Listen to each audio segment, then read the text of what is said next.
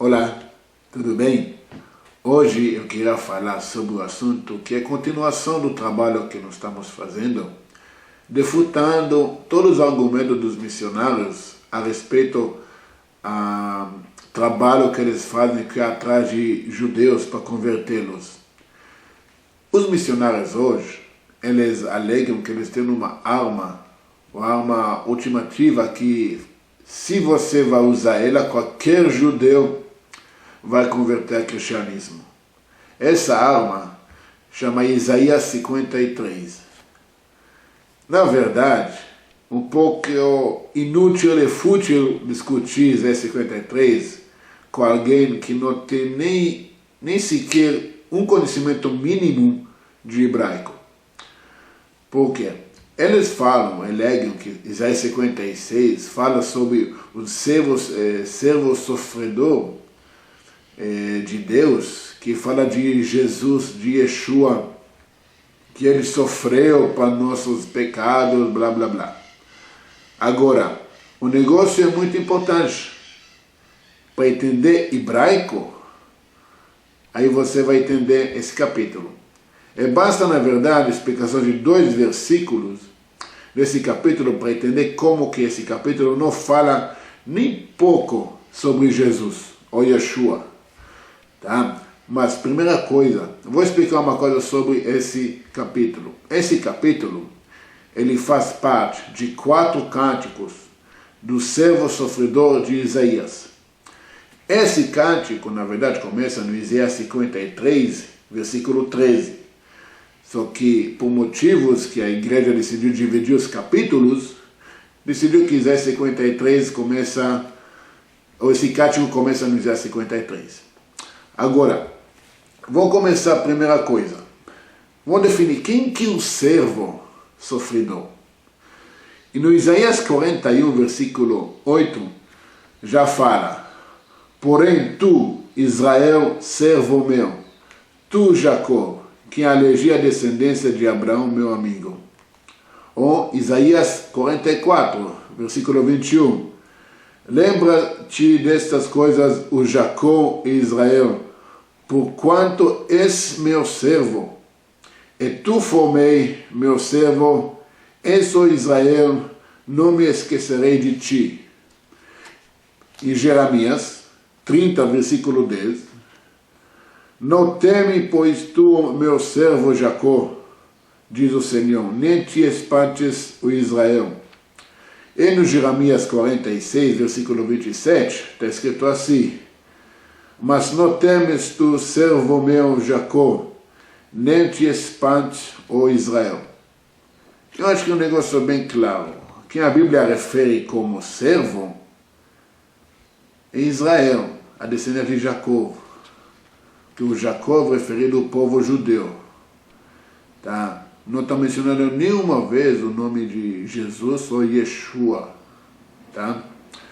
Agora, para começar, vou falar assim, Isaías 53, versículo 3. O primeiro capítulo que eu vou mostrar para vocês.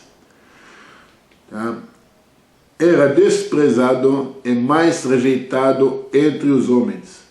Homem de dores, experimentado nos trabalhos, e como um de quem os homens escolheram o rosto, era desprezado e não fizeram dele caso algum. Tá? Falando de uma pessoa, uma identidade sofredora, que era desprezado na frente de todos os homens, ninguém deu nada para ele, ninguém achava nada para ele, que não valia nada. Essa todo mundo entende essa tradução. Vamos ver. No Isaías 49, versículo 6, está escrito como Israel desprezado dos homens, aborrecido das nações, servo dos tiranos. Tá? No Salmos 44, 13, tá? O Israel está mostrando como que ele era motivo de zombaria entre as nações. E no versículo 14, era motivo de provérbio entre as nações. Tá? Em Jeremias 10, versículo 19, Israel quebratando a sua chaga causa grande dor. Em Jeremias 30, versículo 12, o ferimento de Israel é gravíssimo.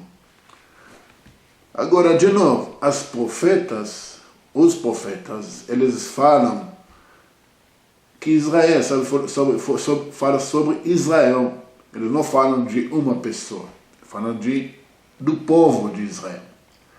E eu quero mostrar como que não bate esse argumento que o próprio Novo Testamento, o Brit Hadashah, que os missionários gostam tanto de seguir. Em Mateus 4, 23 a 25, tem uma história muito interessante sobre Jesus. E percorria Jesus toda a Galileia, ensinando nas suas sinagogas e pregando o evangelho do reino, e curando todas as enfermidades e molestias entre o povo. E a sua fama correu por toda a Síria, e traziam-lhe todos os que padeciam, acometidos de várias enfermidades e tormentos, os endemoniados, os lunáticos e os paralíticos, e ele os curava. E seguia uma grande multidão da Galileia e de Sópolis, de Jerusalém, da Judeia, da Galileia, além do Jordão. E no Lucas 4, versículo 14 a 15, está falando assim: então, pela virtude do Espírito, voltou Jesus para Galileia, e sua fama correu por todas as terras e derretou. E ensinava nas suas sinagogas, e por todos era louvado. Um servo sofredor sofria, era zombaria de alguma coisa. Não bate muito essa história. Agora eu vou falar uma coisa, como que é absurdo a tradução. Por isso eu falei no início, quem não sabe hebraico nem precisa começar a ler esse versículo. Por quê? No capítulo 53, versículo 8, está escrito assim: pelas opressões, pelo juízo, foi tirado a sua geração, quem mencionará, pois ele foi cortado da terra dos viventes, pelas transgressões do meu povo, houve ferimento para eles. Nas leituras cristãs, por algum motivo, está escrito ferimento para ele. Só que a palavra em hebraico, lamo, como está aparecendo em hebraico, a palavra original, significa para eles. Não é para ele. Para eles. É só para você se entender. Fala, tá, não, essa tradução foi errada, não é assim, não, tá. Essa palavra, ela aparece 80 vezes nas escrituras judaicas. Em todas, ela aparece como eles. Só no capítulo 53, ela aparece como ele. Como pode ser uma coisa assim? Quem está errado? Por exemplo, Deuteronômio 32, versículo 35. Você pode ver isso. A mim pertence a vingança e a retribuição. No devido tempo, os pés deles escorregarão.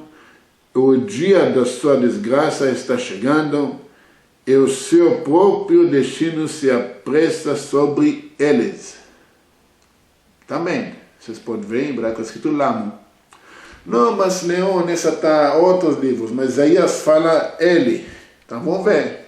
Quantas vezes Isaías usa a palavra lamo, que é traduzida como eles? Isaías 16, versículo 4. Isaías 23, versículo 1. Isaías 26, versículo 14 e versículo 16. Isaías 30, versículo 5. Isaías 35, versículo 5. Isaías 43, versículo 8. Isaías 44, versículo 7. Isaías 44, versículo 15. Isaías 44, versículo 21. É muito simples saber como que a tradução foi errada. Para quê? Para servir a agenda missionária para enganar as pessoas. Mas eu quero terminar com um caso interessante. Porque aonde está escrito que o Mashiach, o Salvador, o Rei ungido, tem que sofrer por os pecados dos homens. Porque o próprio Novo Testamento conta para a gente uma história interessante. No Mateus 16, fala assim: mas vós, perguntou-lhe Jesus, quem dizes que eu sou? Respondeu-lhe Simão Pedro, tu és o Cristo, o Filho do Deus vivo. Os discípulos de Jesus aceitaram ele como Mashiach. E Cristo é Mashiach, a tradução. Agora, na continuação desse capítulo, no versículo 21 e 22, está escrito assim: desde então começou Jesus Cristo a mostrar aos seus discípulos que era necessário que ele fosse a Jerusalém, que padecesse muitas coisas dos anciões, dos princípios sacerdotes e dos escribas, que fosse morto, e que ao terceiro dia ressuscitasse. Agora, a gente acha que os discípulos falam assim: vai, mestre, vai, você tem que morrer, você tem que sofrer por nós. Se você é Mashiach, vai morrer, vai sofrer, não é? Não é verdade que isso eles têm que falar? Mas sei, o que está falando depois? E Pedro, tomando parte, começou a prendê-lo, dizendo: tenha Deus compaixão de ti, Senhor. Isso de modo nenhum te acontecerá. Mas se não acabou de falar que ele é o Mashiach, o Pedro mesmo falou, não é? Agora ele fala que ele não precisa sofrer, mas se ele precisa sofrer. Então, o Novo Testamento, o Brit Hadashah, está contradizendo a si mesmo. Tá? E como que assim, apenas 2 versículos do Isaías 53, já dá para entender que não fala de Jesus, não fala do Mashiach, mas sim, fala do servo sofredor, é o povo de Israel. Obrigado.